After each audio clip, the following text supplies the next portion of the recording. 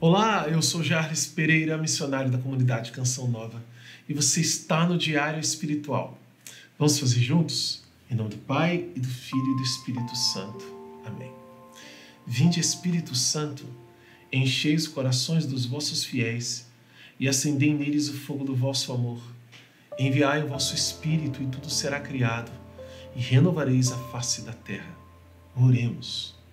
Ó Deus, que instruíste os corações dos vossos fiéis, com a luz do Espírito Santo, fazei que apreciemos retamente todas as coisas segundo o mesmo Espírito e gozemos sempre da sua consolação. Por Cristo Senhor nosso. Amém. Primeira carta aos Coríntios, capítulo 7, versículos de 17 a 24. Estamos continuando um assunto muito sério sobre casamento, celibato e virgindade que São Paulo está nos instruindo. Versículo 17. Ademais, viva cada um segundo a condição que o Senhor lhe assinalou em partilha e na qual ele se encontrava quando Deus o chamou. É a regra que estabeleço para todas as igrejas. Foi alguém chamado à fé quando circunciso? Não procure dissimular a sua circuncisão. Foi alguém incircunciso chamado à fé? Não se faça circuncidar. A circuncisão nada é, e a incircuncisão nada é. O que vale é a observância dos mandamentos de Deus. Permaneça cada um na condição em que se encontrava quando foi chamado por Deus. Eras escravo quando fosse chamado? Não te preocupes com isso.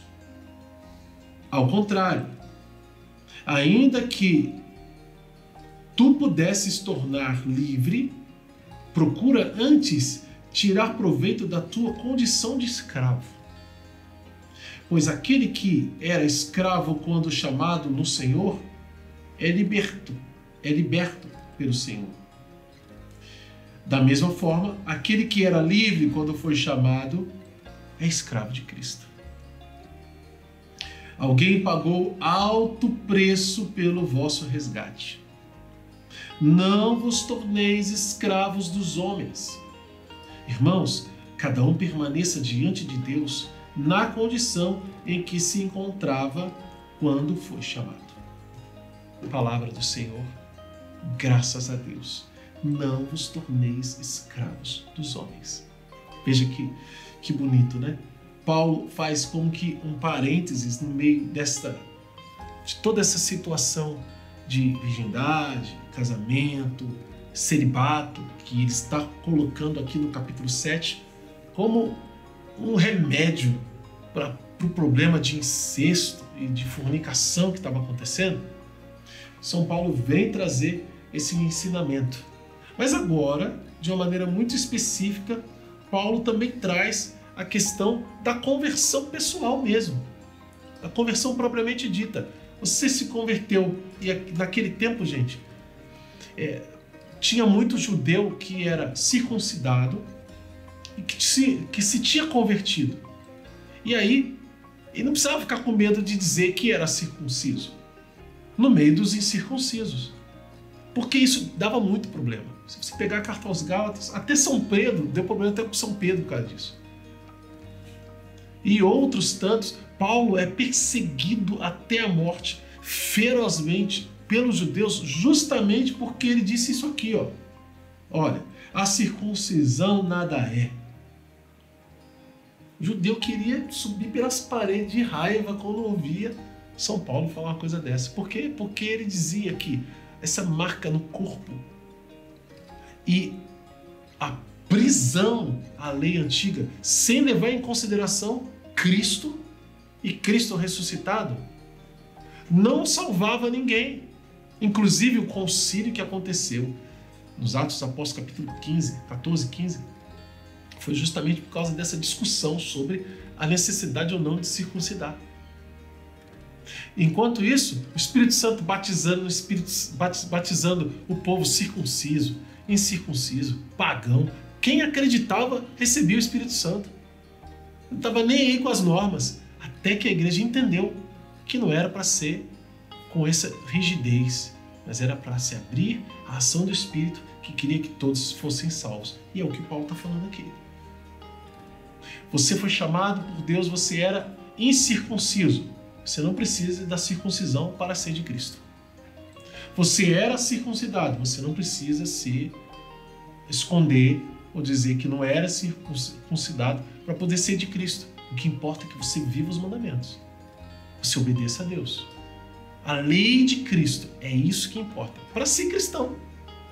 Hoje em dia, vamos pegar alguém, a pessoa vai e, antes de conhecer Jesus, pinta e borda no mundo, vai para a sexualidade desregrada, vai para as drogas, se tatua todo, faz uma loucura, enfia piercing em tudo quanto é lugar e não sei o que e tal. As pessoas hoje acham isso normal, mas isso não é cultura cristã. Isso tem nada a ver com o cristianismo. Só que um dia essa pessoa toda marcada por uma vida de pecado encontra Jesus e se converte. Como é que ele vai fazer para tirar essas tatuagens todas? Como é que vai fazer para tirar esse buraco de piercing pelo corpo? Como é que faz? Não faz. Mas o que importa é como ela está vivendo hoje, a partir de Cristo. São Paulo vai dizer aqui na carta aos Coríntios, só que na segunda carta, no capítulo 5, ele vai dizer: aquele que está em Cristo é uma nova criatura. O que era velho passou, tudo agora é novo. Ou você acha que naquele tempo não existia tatuagem, não existia as coisas que eram feitas para os ídolos, que mutilavam o corpo? Paulo fala isso já falou isso em outras cartas. Existia isso, gente. Só que uma vez que a pessoa se converte e está em Deus, o que ela precisa é viver a fé dela. É claro que você, se é uma dessas pessoas, você já enfrentou, isso não enfrentou, vai enfrentar preconceito de um ou de outro na igreja. Que vai olhar para você e falar assim: nossa, aquela pessoa ali toda tatuada está comungando. Nossa, aquela pessoa ali está à frente, não sei o quê, todo daquele jeito lá. Isso, eu vi aquela pessoa lá andar na rua com um cabelo azul, e isso e aquilo. E por que eu estou colocando essas realidades? Porque são as que mais chamam a atenção. Mas uma vez que essa pessoa mudou de vida, se transformou, pouco a pouco Deus vai mudar a vida dessa pessoa. À medida que ela vai se aproximando de Deus, naturalmente ela vai reconhecendo: isso aqui não pertence a Cristo, eu não quero mais. E essa é a minha atitude, isso aqui que eu uso, essa roupa, esse jeito de falar, esse jeito de olhar, esse lugar que eu vou, tudo isso aqui precisa mudar porque agora eu sou de Cristo. Naturalmente, a vida dela com Deus, a proximidade dela com Deus vai causando isso na vida dela e a vida dela com outros irmãos de fé que vivem bem a sua fé. A convivência na igreja vai mudar a vida dela para melhor.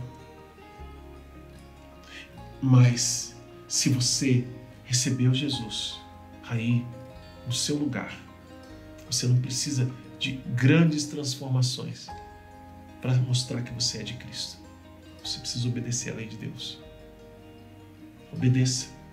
E devagarzinho, pouco a pouco, Deus vai mudando a sua vida, vai transformando, até um ponto que você vai ser modelado pela regra de Jesus e pela vida dos santos que chegaram antes de nós.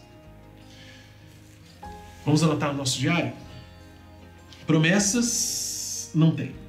Ordem tem bastante. Vamos lá. Versículos 17 e 18 são ordens de Deus.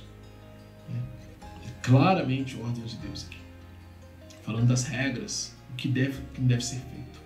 Depois, versículos 20 e 21 também, ordens de Deus.